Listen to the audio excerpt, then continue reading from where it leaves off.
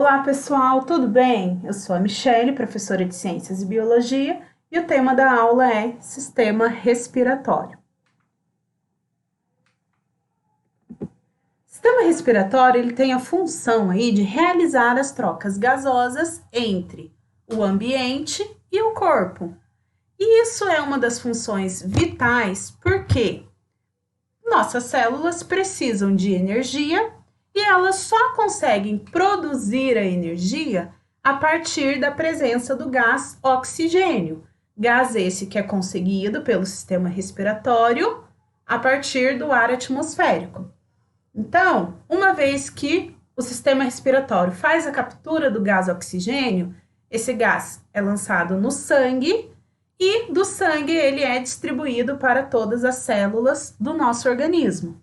Chegando na célula, junto com os nutrientes que são aí conseguidos pelo sistema digestório, as nossas células vão realizar um processo que é chamado de respiração celular, que é o processo pelo qual ela vai produzir a energia que ela precisa para as suas mais diversas funções.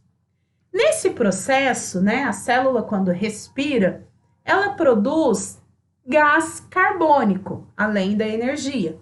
E esse gás carbônico, se ficar acumulado no nosso organismo, ele se torna tóxico. Por isso que ele precisa ser eliminado do corpo. E quem faz essa eliminação do gás carbônico para o ambiente externo também é o sistema respiratório. Por isso que a gente diz que a função desse sistema é realizar as trocas gasosas, ou seja, fazer a absorção do gás oxigênio e eliminar o gás carbônico. Para que isso aconteça, esse ar ele precisa chegar até os nossos pulmões. Então, tem uma série de órgãos que formam aí o sistema respiratório que são responsáveis por conduzir o ar do ambiente externo até os pulmões e dos pulmões para o ambiente externo, no processo de expiração. Então, o conjunto desses órgãos é chamado de vias respiratórias, porque é por onde o ar vai passar. Fazem parte das vias respiratórias as narinas, a cavidade nasal, a faringe, a laringe, a traqueia, os brônquios e os bronquíolos. As narinas, o nariz e as cavidades nasais, elas são aí muito importantes porque são o primeiro órgão por onde o ar vai entrar no nosso organismo. As narinas são duas aberturas que nós temos no nariz por onde o ar entra no corpo. Uma vez que o ar entra pelas narinas, ele chega até as cavidades nasais, que é recoberta aí por um epitélio especial chamado de mucosa nasal e dividido pelo septo nasal. A mucosa nasal, ela recebe esse nome porque ela produz muco. Então, esse muco produzido pela mucosa, ele tem a função de, junto com os cílios, que também revestem aí a cavidade nasal, de fazer a filtração do ar. Então, uma vez que o ar entra pelas narinas e passa aí, entrando em contato com os cílios e também com o muco, partículas de sujeira e micro-organismos acabam ficando retidas nessas substâncias e no cílio. O muco, ele também contém água, e essa água umedece o ar. A cavidade nasal, ela é toda revestida aí, ou toda cheia de vasos sanguíneos. E esses vasos sanguíneos, quando o sangue circula por eles, faz com que calor seja produzido. E isso aquece o ar. Então, as cavidades nasais, elas têm aí uma função muito importante, porque elas filtram, fazem a filtração do ar, o umedecimento e o aquecimento desse ar. Esses processos acabam facilitando as trocas gasosas que acontecem lá nos pulmões. Por isso que é importante a gente sempre respirar pelo nariz, O ar entrar pelo nariz para que esses processos de filtragem, umedecimento e aquecimento do ar aconteçam. A faringe é um órgão aí que faz parte também do sistema digestório, mas no sistema respiratório, a função desse órgão é conectar as cavidades nasais com a laringe. A laringe é um órgão exclusivo do sistema respiratório, que vai fazer a comunicação aí entre a faringe e a traqueia. Na laringe, lá na sua parte superior, nós temos uma válvula chamada de epiglote, que sempre que acontece o processo de deglutição, essa válvula fecha a entrada da laringe, impedindo assim que alimentos e líquido cheguem aos nossos pulmões. Então, sempre que a gente está engolindo alguma coisa, a epiglote está fechando a entrada da laringe, impedindo aí que o alimento ou o líquido desça pelo buraco errado. Na laringe, nós temos também as pregas vocais, que são estruturas musculares responsáveis aí por produzirem os sons, nesse processo que a gente chama de fonação. Então, as pregas vocais, elas permanecem abertas durante a respiração para que o ar possa passar. E durante a fonação, essas pregas vibram e produzem som. Então, esse som produzido nas pregas vocais, né, quando o ar sai dos pulmões e passa por elas, junto com a movimentação da boca e da língua, produzem aí os sons característicos da fala humana. A traqueia é um órgão aí que vai conduzir o ar da laringe até os brônquios. Ele é um tubo de mais ou menos 12 centímetros, localizados aqui na região do pescoço, e formado por anéis de cartilagem. Se você passar nesse momento a mão aqui na região do seu pescoço, na parte da frente do pescoço, você vai conseguir perceber esses anéis de cartilagem que formam a traqueia. Eles são rígidos, impedindo aí que a traqueia se feche. Então, a traqueia está sempre aberta, permitindo a passagem do ar. Eles têm um formato de semicírculo, né? Formato de C. A traqueia, ela origina os brônquios e bronquíolos. Então, os brônquios são bifurcações da traqueia que adentram os pulmões. Então, nós temos lá o brônquio direito e o brônquio esquerdo. Essas estruturas, elas se ramificam e originam os bronquíolos, que são ramificações cada vez mais finas dos brônquios. Os bronquíolos, junto com os brônquios e a traqueia, formam lá a chamada árvore respiratória. Porque se a gente observar aí na imagem, realmente, né, a bifurcação da traqueia nos brônquios e a ramificação dos brônquios nos bronquíolos se assemelham muito a galhos de árvores, por isso que tem esse nome de árvore respiratória ou árvore brônquica. E ambas as estruturas, tanto brônquios como bronquíolos, se encontram dentro dos pulmões. No final de cada bronquíolo, nós temos os alvéolos pulmonares, que são estruturas microscópicas de paredes extremamente finas. Então, a parede dos alvéolos pulmonares, elas são formadas aí por uma única camadinha de células. E isso está diretamente relacionado com o processo que acontece nessas estruturas, que é o processo de trocas gasosas. Então, nós dizemos que os alvéolos pulmonares têm a função de realizar as trocas gasosas entre o ar e o sangue. Os pulmões, eles são dois órgãos de aspectos esponjosos. Eles se encontram aí, né, na parte anterior do corpo, dentro da caixa torácica, protegido por essa caixa torácica. No meio, na parte central aí, nós temos o coração. E isso faz com que o pulmão esquerdo seja um pouco menor do que o pulmão direito, porque o coração está bem ali no meio, levemente inclinado para o lado esquerdo. Por isso, né, por uma questão anatômica de encaixe, o pulmão esquerdo é menor que o pulmão direito. Os pulmões, eles são formados aí por milhares de alvéolos pulmonares. E esses milhares de alvéolos pulmonares totalizam aí uma superfície de 100 metros quadrados.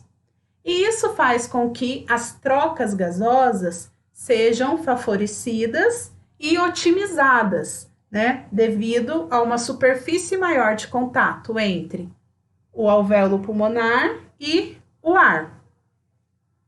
E os pulmões são responsáveis aí pelas trocas gasosas, que tem esse nome chique de hematose. Então, entendendo aí como a hematose acontece.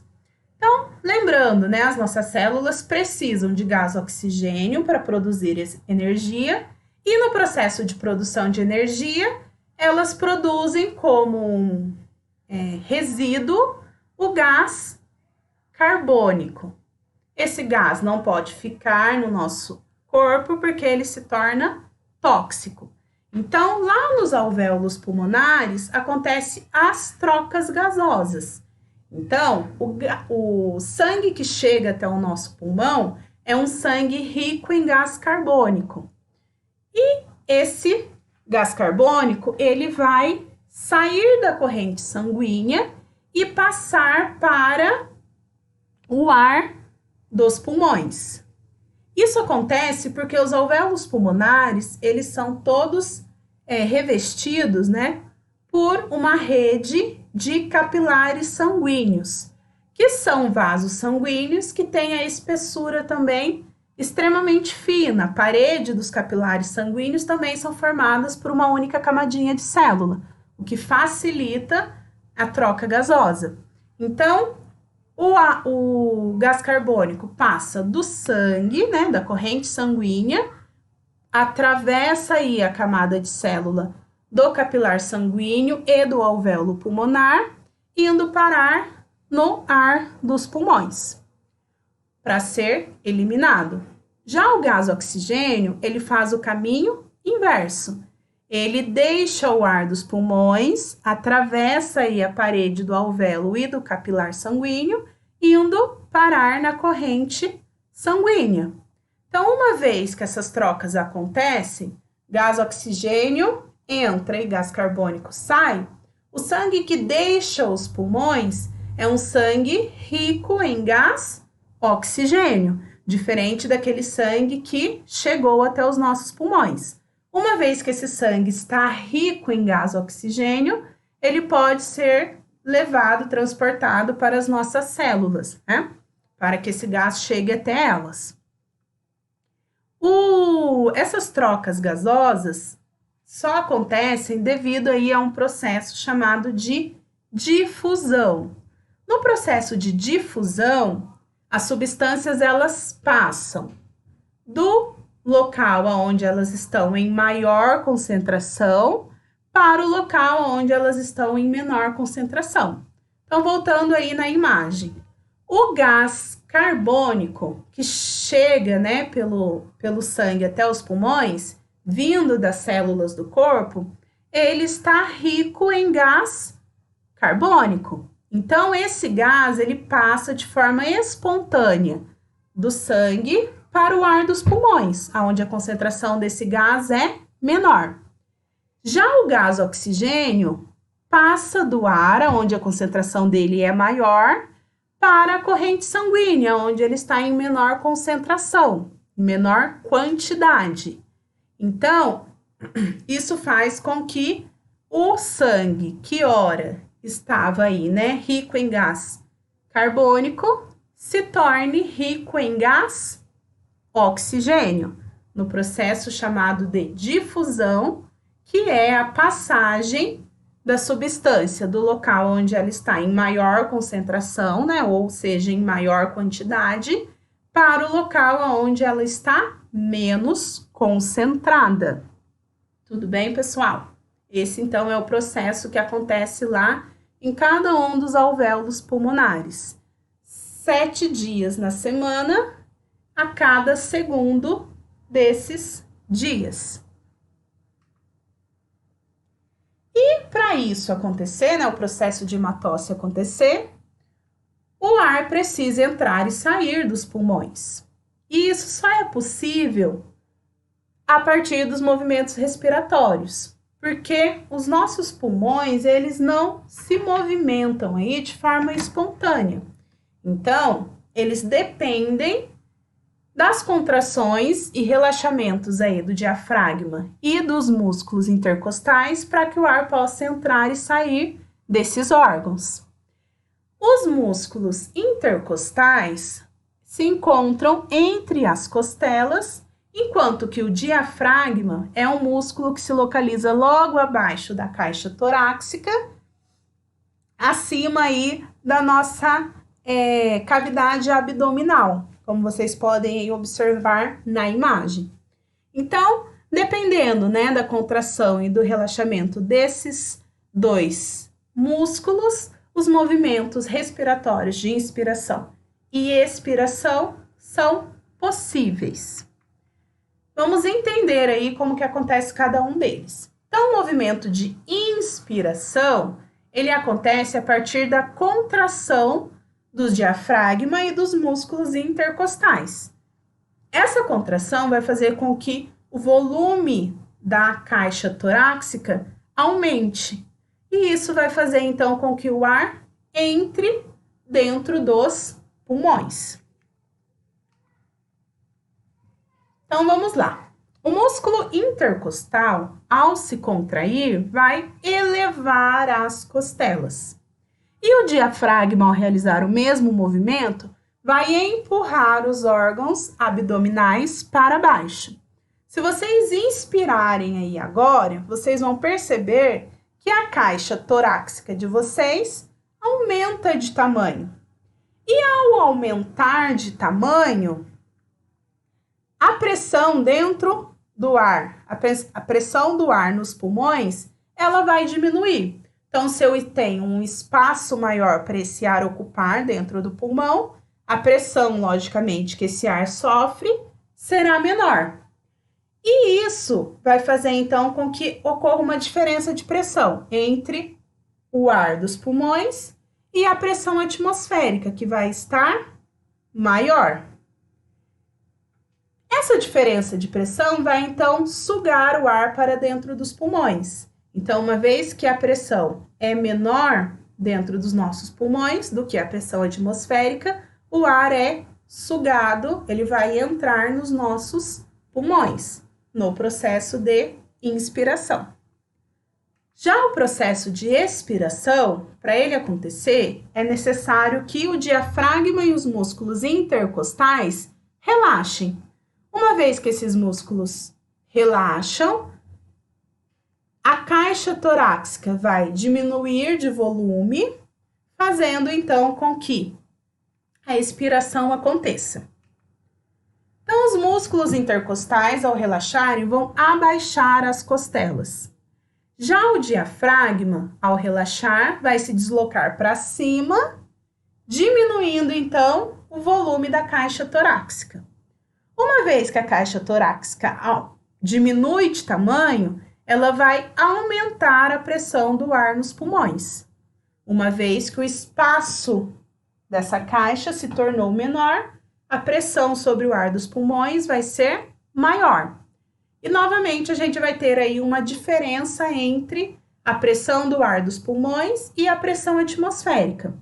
Como ela é maior dentro dos nossos pulmões, isso vai fazer com que o ar saia de dentro deles. Ou seja, o ar vai ser expulso dos pulmões, vindo para o ambiente externo.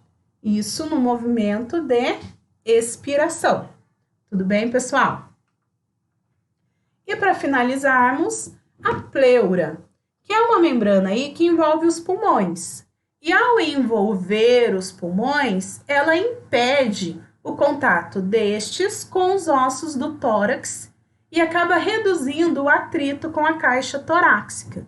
Então, a função da pleura é proteger, preservar os pulmões do atrito. Porque se esses pulmões ficassem, né, sempre que a gente inspira e expira, entrando em atrito com os músculos, né, da caixa torácica, músculos e ossos da caixa torácica, ia acontecer um desgaste muito grande desses órgãos. E não é isso que acontece devido aí a essa proteção. A pleura, ela produz aí um líquido, né, que é um líquido lubrificante, que também vai fazer com que esse atrito seja menor. Bom, é isso por hoje, ficamos por aqui. Espero que vocês tenham entendido. Dúvidas, por favor, me procurem. Um forte abraço a todos e até a próxima semana. Fui!